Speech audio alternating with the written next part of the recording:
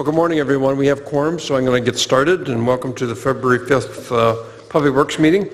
I'd like to call the meeting to order, and members of the public are advised that our meetings are webcast live by the City of Hamilton and temporarily archived on the city website. Other individuals and the media may also be audibly or visually recording the meeting. Please ensure that all cell phones and electronic devices are turned to the non-audible function. Madam Clerk, any changes to the agenda? Yes, Mr. Chair. We have a registered speaker for item 6.1 respecting an alleyway closure from Sergio Mancha of Urban Solutions. There's a revision to item 9.1, the motion on playgrounds in Ward 4, and 2 added notices of motion, 10.1, resurfacing of the Olympic Arena parking lot in Dundas, and 10.2, area ready funding for Ward 2 projects. Okay, can I have a motion to approve the agenda as amended? Moved by Vanderbeek, seconded by Collins or Doug. Pick one. All in favor? Carried. Are there any declarations of interest? Seeing none, approval of the minutes. Can I have a motion to approve the minutes of January the 15th? Vanderbeek, seconded by Doug. All in favor? Carried. Consent items. 5.1 is the Public Works Report respecting the Biosolids Management Project. Novation of financial agreement. Any comments or questions? If not, I need a motion to approve. Moved by Marula, seconded by Collins. All in favor? Carried. 5.2 is the minutes of the Accessible Transit Services Review Subcommittee, and I need a motion simply to receive. Moved by Conley, seconded by Collins. All in favor? That's carried.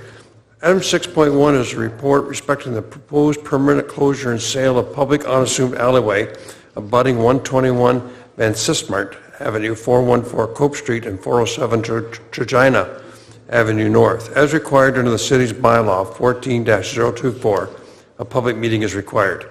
Notice of the public meeting was provided and it was posted on the city's website. The notice advised that anyone whose lands are prejudicially affected may appear before the committee this morning. The clerk has advised that one individual has registered to speak. So I call on Sergio Mancha of Urban Solutions to come forward.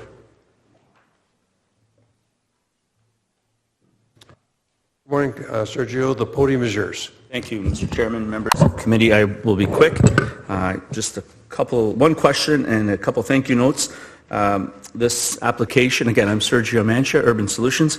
I'm here on behalf of the Kemp family who own the subject lands abutting this, who have requested the property, the alleyway to be closed.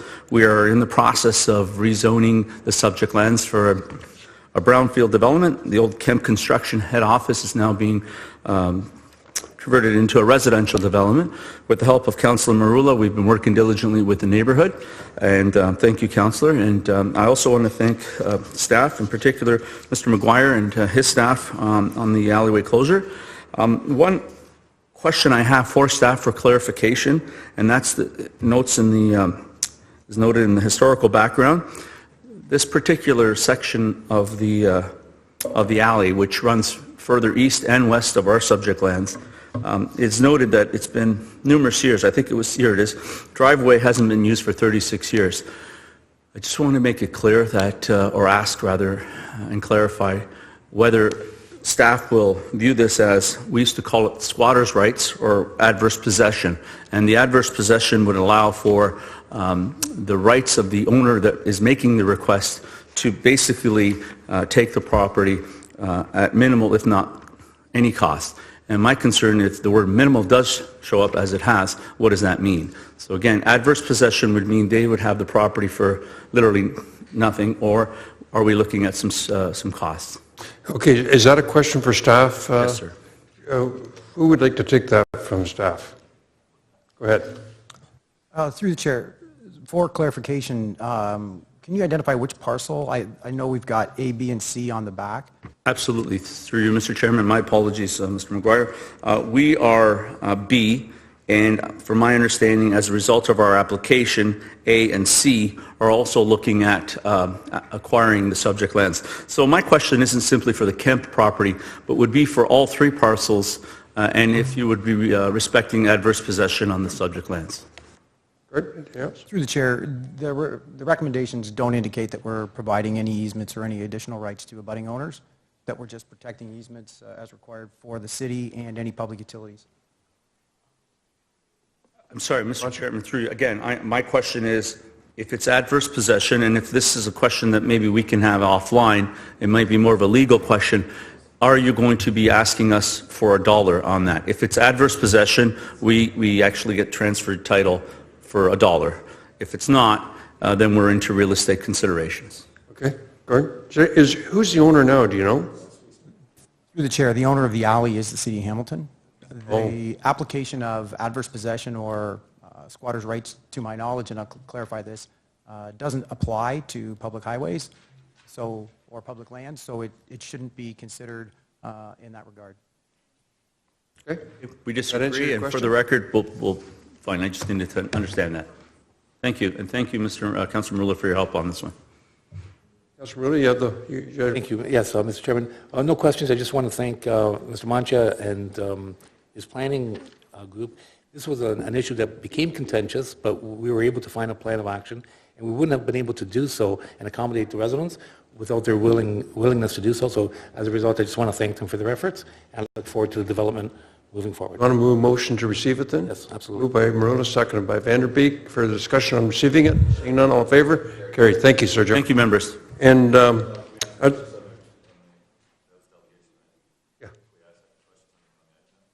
have to go to the public first.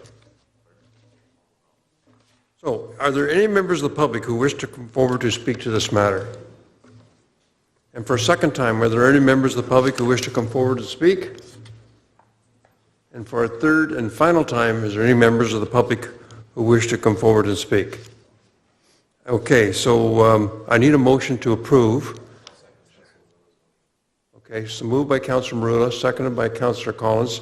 Discussion on the motion. Okay, all in favor?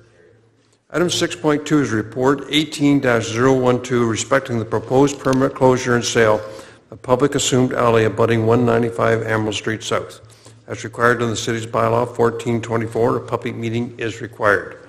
Notice this public meeting was provided and it was posted on the city's Hamilton's website.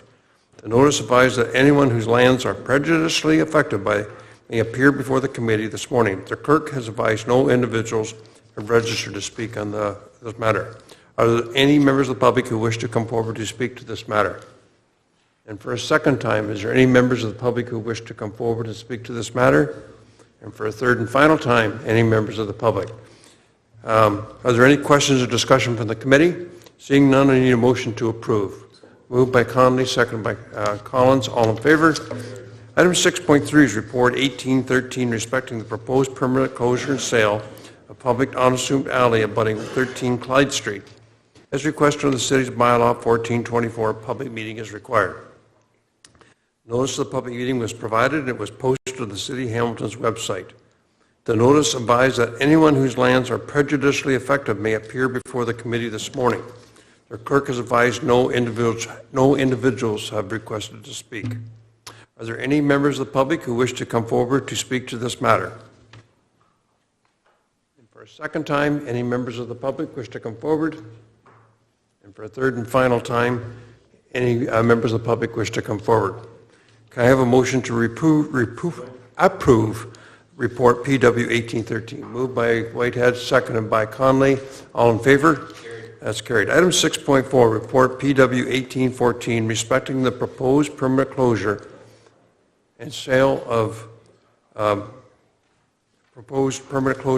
public unassumed alley abutting 323 Catherine Street North and 308 to 310 John Street North.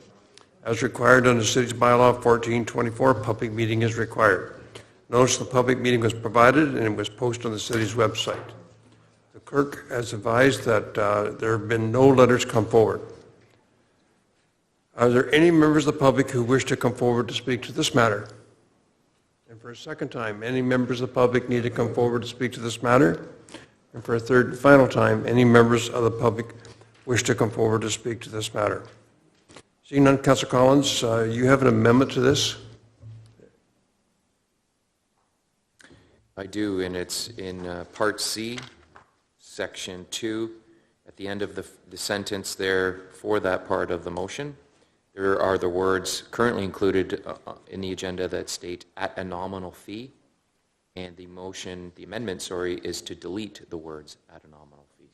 Is there a seconder to that motion? Councillor Jackson. Further discussion on the amendment? Councillor Farr. Thanks, Mr. Chair. My name's not appearing, but I appreciate you coming to me, and thank you to the mover, Councillor Collins. I called him late hour Friday after a meeting with Ray Kessler in real estate, and ultimately this particular unassuming stretch, it runs east, west, north, south. It will be in the hands of real estate, obviously, to sign on the dotted line with our developer of a potentially very exciting development who's here today, Tucker Finn, and we really appreciate Tucker in the Beasley neighborhood who has taken the time with myself to meet with all the residents.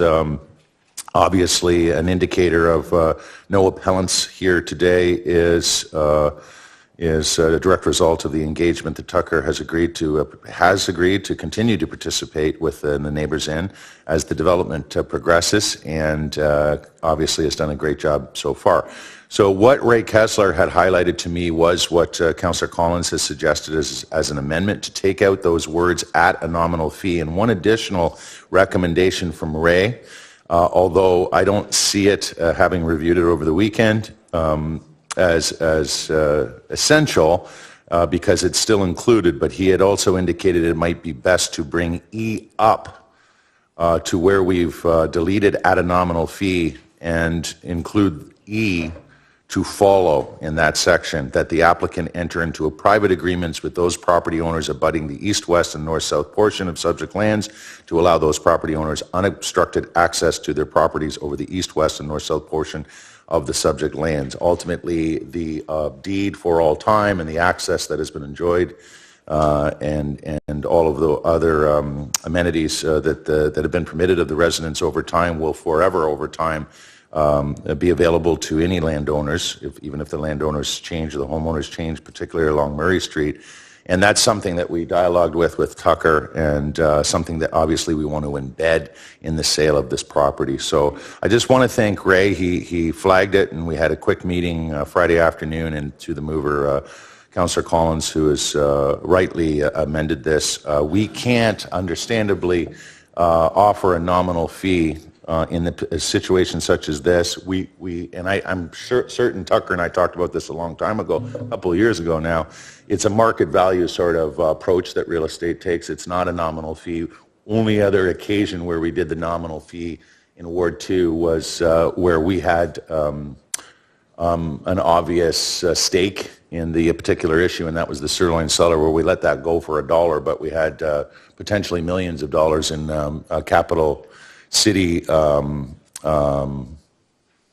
don't want to say investment, but repairs there, and an ongoing legal issue as well. So we were able to tie that into a development that's now in a great way occurring. So that was what I received from real estate. I appreciate the latitude for the explanation, and again, I want to close with thanking Tucker for reaching this point. It's a critical point in ultimately what will be an exciting development for the Beasley neighborhood. Okay, so you agree with Councillor Motion's amendment? If we want to bring E up to follow in Part I and Part double I, that's fine. If not, we can leave it in place because it's still...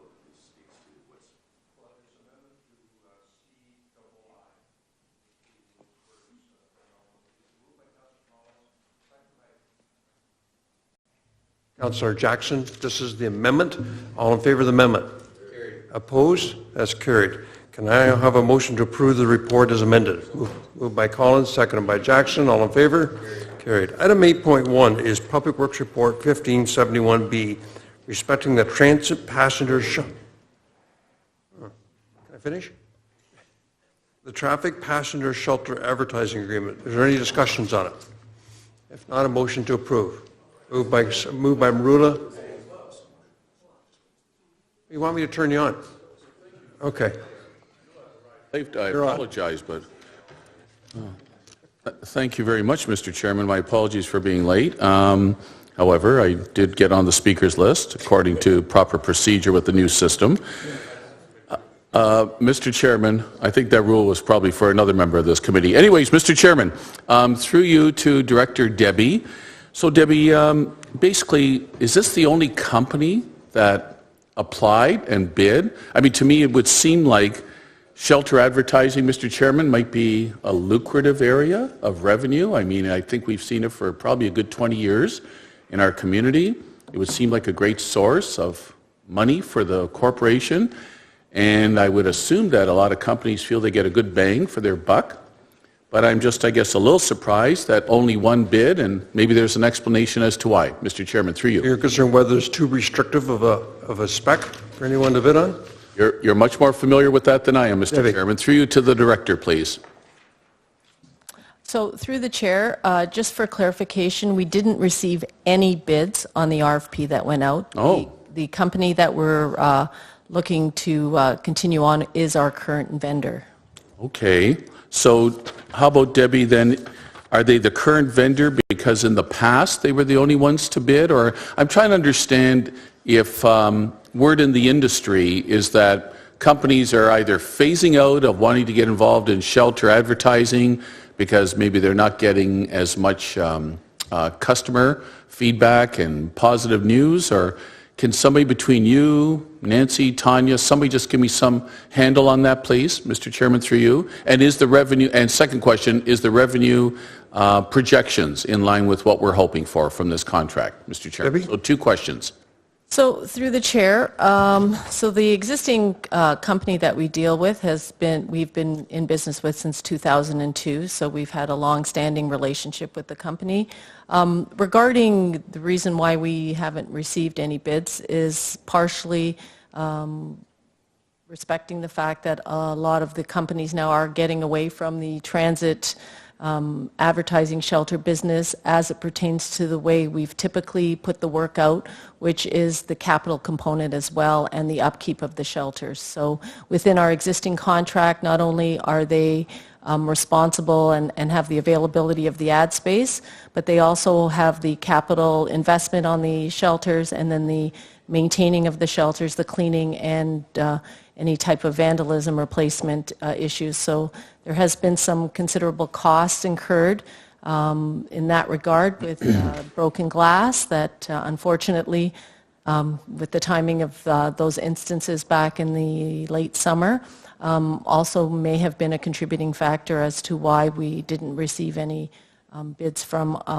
the current vendor and the other vendor that did pick up the RFP. Okay, Debbie, and Mr. Chairman, I just want to delve a little further, Debbie, because what I was trying to get at about bids, and you said, Councillor, there really was no bids, we just want to extend the current contract. I'm looking at your page 3, Debbie, of your report, halfway down. The RFP was released to the industry just 5 months ago and closed 4 months ago. 4 companies picked it up. However, no proposals were submitted. That's what I was trying to get at, please, for an explanation. Everybody just kind of went, we're not interested in Hamilton anymore, or explain that to me, please, Mr. Chairman, through you. So through the chair, I'm going to let Tanya speak a little bit more in depth about what the conversations were with the companies that didn't bid that had picked up our proposal. That's what I was more getting at, Debbie. Tanya, please. Tanya, go ahead. Through the chair, so there were 4 companies that picked up. One picked up in error. The other, once they read the contract or the RFP, realized it wasn't their genre. They were more into the benches. The other 2 companies are main players in the industry. However, we could, at this point in time, we cannot offer a long-term contract given that we have some unknowns with respect to the LRT corridor. We're not quite sure if we are going to have the advertising rights within the corridor.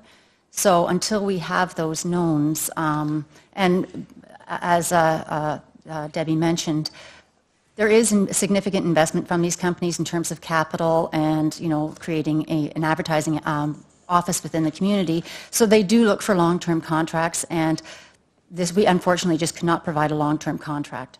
Okay, so Mr. Chairman, a little bit of the mystery has been removed here, that because of, appreciate the honesty of staff, because of the LRT situation, what may or may not happen along that main corridor, Staff were not, in consultation, I'm sure, with legal and our departments, weren't able to issue a longer term, because I know with a company, obviously, they would love a longer term contract to recoup their capital investment over a 5 to 10 year period versus over maybe a 2 or 3 year period.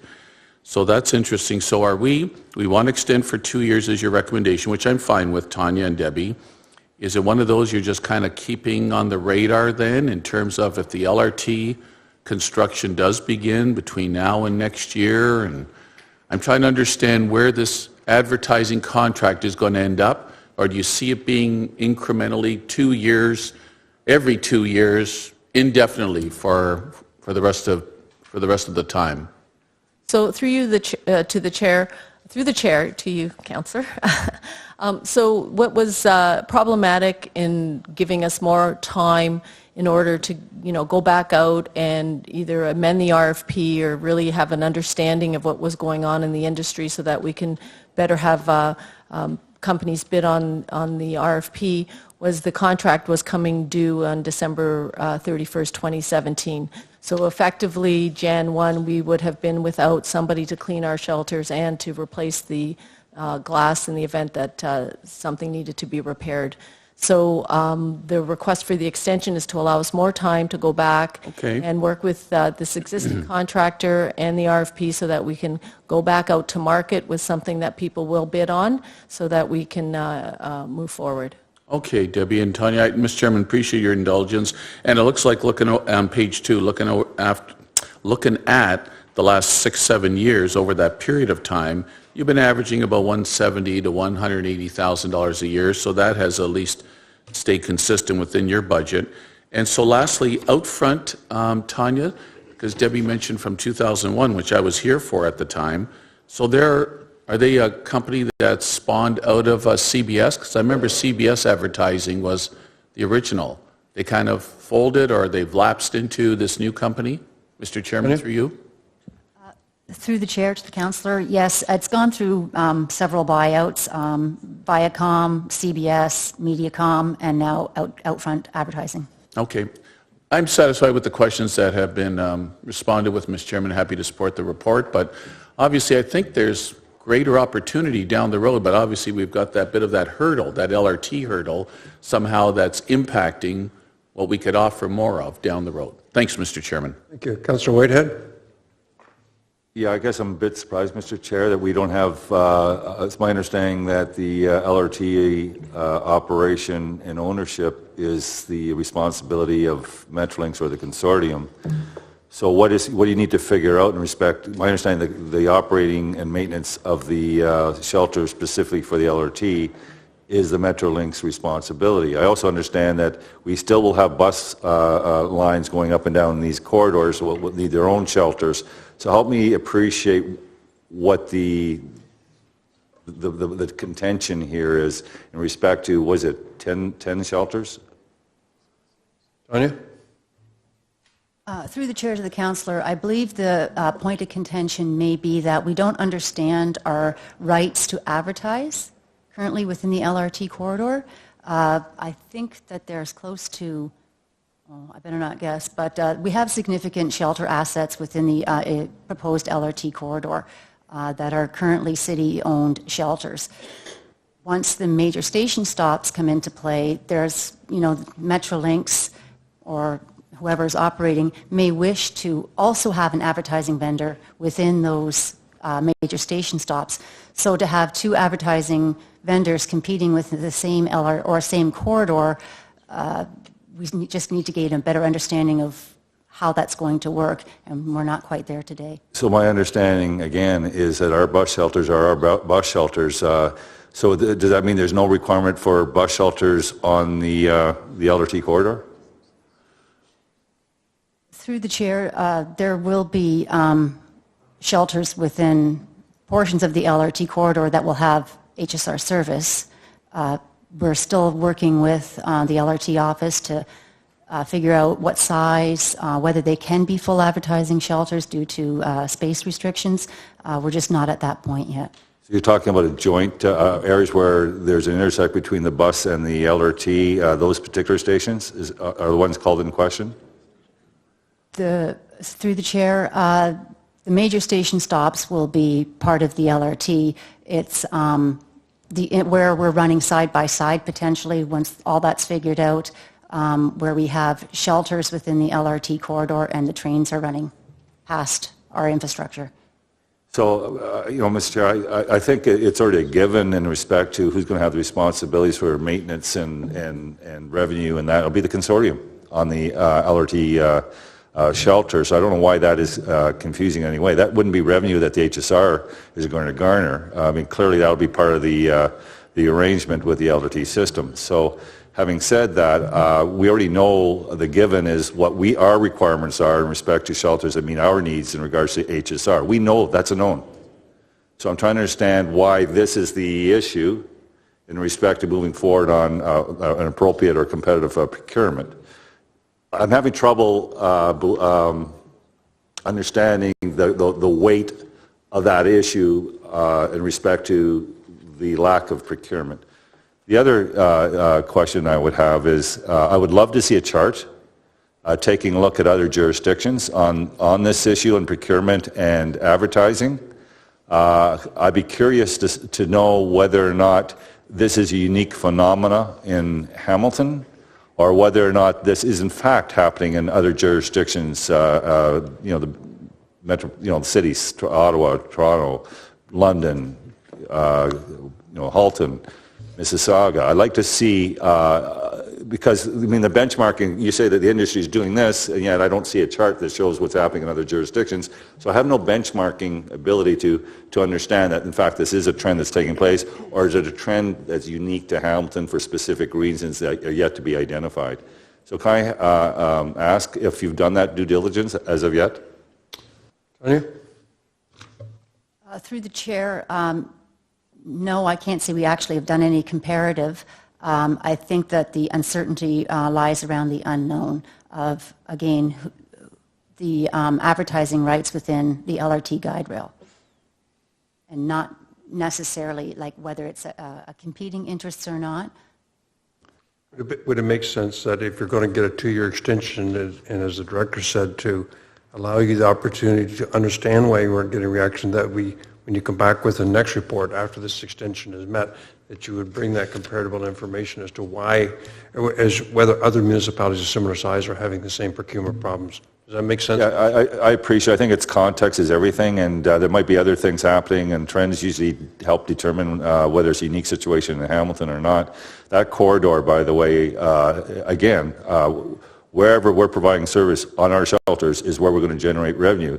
So I don't know where the conflict is. Any stations that are directly driven by the LRT will be revenue generated by that particular consortium. So I don't know where the challenge is on that, and I'm having trouble comprehending it.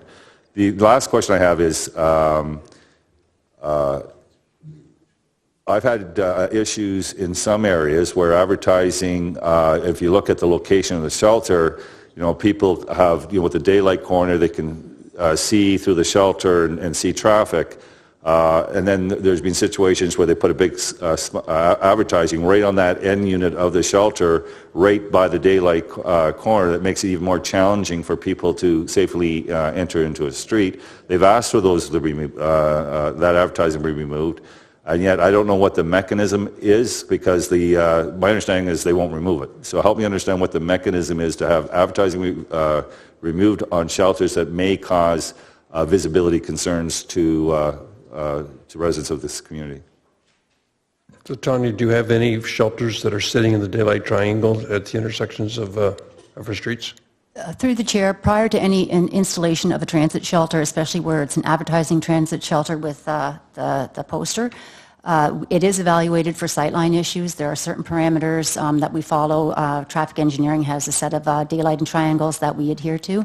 If it, through installation, if it does become known that for whatever reason it does become a site obstruction, the city has the right to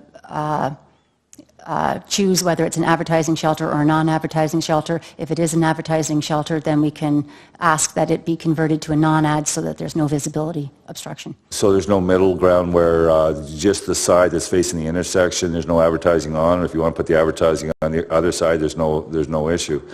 So we have sent pictures from my own office that clearly shows a problem. So how it got approved is still unclear to me, but the reality is it's a problem, and I went and did the sightline observation myself personally, and it is a problem. So, but we don't know what the mechanism is to actually have it removed. I suggest you contact Tanya. I heard there's provisions within the contract to allow that to happen. So you simply contact Tanya as a staff person in charge of it. We have done that. Actually, through the chair, yes, we've already contacted Outfront Media, and that shelter will be converted to a non-ad shelter to eliminate the Thank you. Thank you. Okay, I see no other speakers in this matter. I think Councillor Marula moved it, seconded by Councillor Jackson. Further discussion on the motion? Seeing none, all in favor? Opposed, if any? That carries. Item 8.2 is report 1733, respecting the Presto third-party vendor agreement. This report was tabled at the last meeting, so I require a motion to lift the report from the table. Moved by Councillor Collins, seconded by Councillor Connolly. All in favor? Carried. Is there any discussion on or questions about the report? Seeing none, I have a motion to approve. Moved by Connolly, seconded by Jackson. There's discussion. All in favor? Opposed? That carries. Item 9.1, Councillor Marula, would you please introduce your motion respecting the mandatory drive-through garbage containers?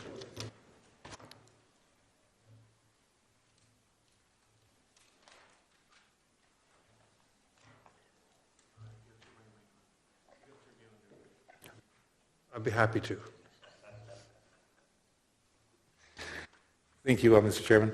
It's moved by myself, seconded by Councillor Collins, whereas Tim Hortons locations in the City of Hamilton have recently discontinued providing waste disposal containers in drive-through restaurants, and whereas the amount of litter has increased significantly in neighborhoods with Tim Horton drive-through restaurants, and whereas it is incumbent of good corporate citizens to contain litter related to their products, therefore be it resolved, the staff from the appropriate department and division be directed to study the feasibility of enacting a bylaw obligating all drive-through restaurants to have the proper number of waste disposal containers available to drive-through customers and report back to the appropriate standing committees. Just quickly, Mr. Chairman, this is something that got my attention recently as a result of the elimination of the containers in drive-throughs throughout the city. And one thing I did notice anecdotally is that the Tim Hortons that I travel to, and looking at the drive-throughs, the ones with drive-throughs had much more litter than those without drive-throughs. And in saying that, there's obviously a direct correlation. Most people that are regular Tim Hortons users are repeat customers, daily repeat customers. I know, speaking anecdotally, and even in my own case, I will leave the cup in my cup container for the next day, and then I used to be able to use the containers that the existing at the Tim Hortons drive-through as a means of getting rid of the cup itself. Now you'll find in my cup holder that I have 3 or 4 of them piled up, and I have to bring them home and actually unload it myself. Some people, out of frustration, obviously aren't as patient and will use their window as a means of disposing it. So I find it, it's almost insulting that they would eliminate it. My understanding, they claim, is that their focus is diversion, and because of their so-called focus on diversion, they were getting too much contamination, hence they eliminated them. I think the most logical reason is cost. They're saving a lot of money by not providing those containers. However, those savings are being borne as an expense to us as residents, not only through litter and having our own department deal with it in the streets, but also having to use our own waste acts or waste containers.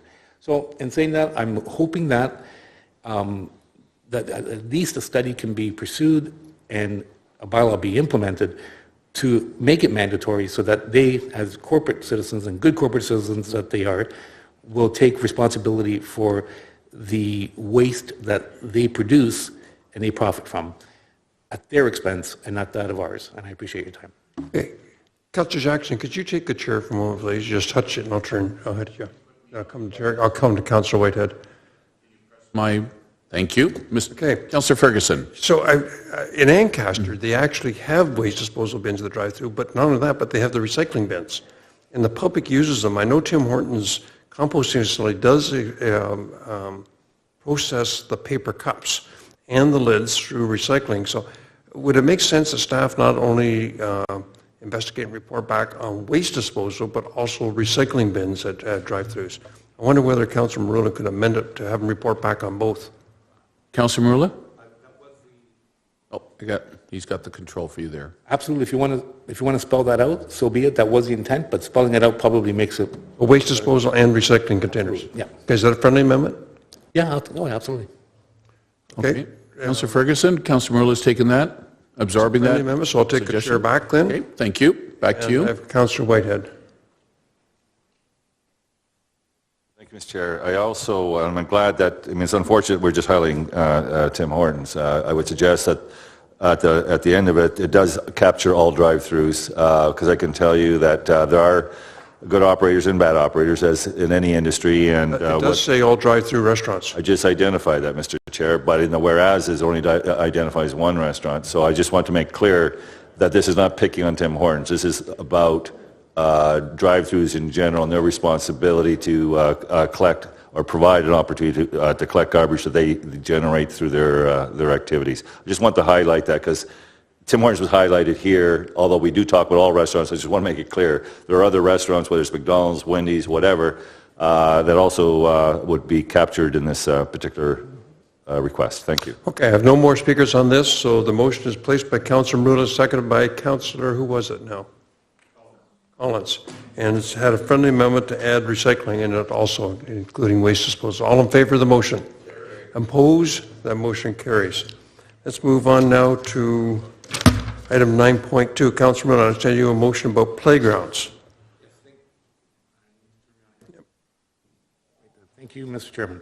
And it's moved by myself, seconded by Councillor Collins, whereas since approximately 1994, the City of Hamilton has inspected and maintained a playground structure on a property owned by the Hamilton-Wentworth District School Board at 121 Parkdale Avenue, Hamilton, whereas the playground structure at 121 Parkdale Avenue North, Parkdale School, is used by the school community, has now become worn out, whereas a formal agreement for the operation and maintenance of the proposed structures will be required for the public amenity on non-city-owned lands, and whereas $350,000, $175,000 per structure has been allocated for the design, disposal, and construction of the replacement of the play structures and safety service, with the funding coming from the Ward 4 Area Reserve. Therefore, be it resolved that the feasibility of the design and installation of a new playground at the McQuestion Urban Farm be investigated and constructed where feasible, at an approximate cost of $175,000 to be funded from the Ward 4 Area Reserve account, be approved. B, that the General Manager of the Public Works be authorized and directed to approve and execute any and all required agreements and ancillary documents between the City of Hamilton and the Hamilton-Wentworth District School Board for the disposal of the existing play structure and the design and construction of a new play structure at 121 Parkdale Avenue, Malvern Avenue, Hamilton, Parkdale School, in a form satisfactory to the city solicitor, and I think that's a typo there. It should just read 121 Parkdale Avenue, eliminate Malvern Avenue. And then D, that play structure improvements at Leaside Park, including the addition of a new play structure, design, construction, and safety resurfacing at an approximate cost of $50,000, be funded to the Ward 4 Area Reserve, with an upspent funds to be returned to the reserve. And just quickly, we're very pleased in Ward 4 and perhaps in the lower city where the area was developed at a time when green space or parks weren't part of the planning process, and as a direct result, in the wisdom of council, we've been able to work out certain agreements with school boards in order to use their land to develop parks. And now these parks are not specifically targeted for just the school, it's for the entire neighborhood, and the entire neighborhood has access to it 24/7. Contrary to what some people might think, this is a community neighborhood initiative and not a subsidy of the school board. Sometimes people don't have the cognitive ability to grasp that, so they create their own theories. But having said that, the community is fortunate that the school boards are willing to provide us with the land in order to construct a playground so they can have a park in their neighborhood that they have access to. Why somebody would even remotely question that is beyond me, but then again, stupidity sometimes prevails over reason. So having said that, I'm very proud that we've incorporated this other component, which is the McQuestion Urban Farm, rather than having it at St. Helens, because we have a great announcement coming down the pipe with respect to the St. Helens site. We're going to just relocate it to the great urban farm, one of the best in the country, at McQuestion, and integrate it into the existing farm itself. And just to note, the McQuestion Urban Farm was highly funded from area rating reserve as well, and we've been applauded internationally, I must say, as a direct result. So I'm very proud of all that work and council support in the past in utilizing the area rating reserve. Thank you very much. Call the question. I'm puzzled on 9.2 is about the playground equipment. You keep talking about the urban farm. Are the two somehow connected? Okay, because it talks about Leaside School here. There are two locations. Park Dark School and Leaside Park. Oh, he's changed it. Oh. I don't know, do we allow this? Okay, so you moved it, who seconded it? Yeah, okay. Discussion on the motion with the amended motion that's before us, where he's added another one. All in favor? Opposed, that motion carries. Councillor Vanderbeek, you have a notice of motion, if so, please place it at this time.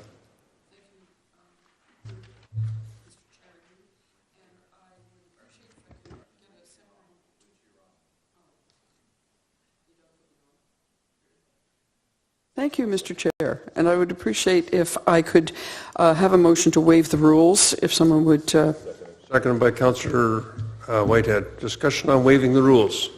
Seeing none, all in favor? Carried. Okay, go ahead, place your motion. Thank you. So this motion is with regard to the resurfacing of the Westaby Olympic Arena parking lot. I'm not going to read all the whereases, but therefore be it resolved that staff be directed to create a project ID 7101854815 Westaby Olympic Arena parking lot resurfacing with a budget of $388,000.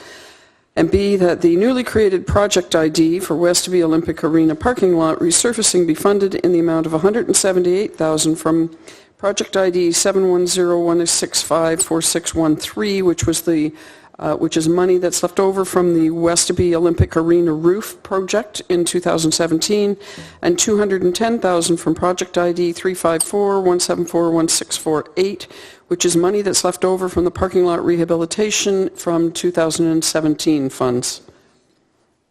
Okay, and there's a second by Councillor Whitehead. Councillor Mula, you are on the speakers list? Nope. No, I'm good. Oh, okay. Anybody else? I don't see anybody else up here, so seeing no other speakers, it's been duly moved and seconded. All in favor? Carried. Opposed? It carries. Councillor Muller, you have a notice of motion? You're going to leave it as a notice, I understand, but you need to read it out. I do. It's moved by myself, and it's just related to capital project funding from the Ward 2 area rating capital reserve. So not only do I enjoy spending Ward 4's money, I like doing Ward 2 as well. So you're leaving that as a notice? I guess that's, yeah, he wants That was his request. He wants it left of Oh, the he wants it, yeah. Okay, so let's move on to 11.1. Can I please have a motion on item 11.1 and 11.2 respecting outstanding business list, changes to the outstanding business list. Moved by Vanderbeek, seconded by Whitehead. All in favor? Carried. Any other business? Seeing none, a motion to it? Go ahead. Use of technology. Two things. Councillor Collins has been a strong champion in leading this charge, and I've been asked. I was at a Winterfest activities on Saturday, and so it's begging the question, and I just want to, again, make a public record. When and what is the timing of having the GPS real-time access to our snowplow service? Betty, you want to take that? Through the chair, we actually have a report coming forward to GIC this Wednesday, which outlines what we've been doing and what our anticipated timeline is. And can you share, for the purpose of this question, or you want to save it till Wednesday? Well, I guess I could do the grand reveal now.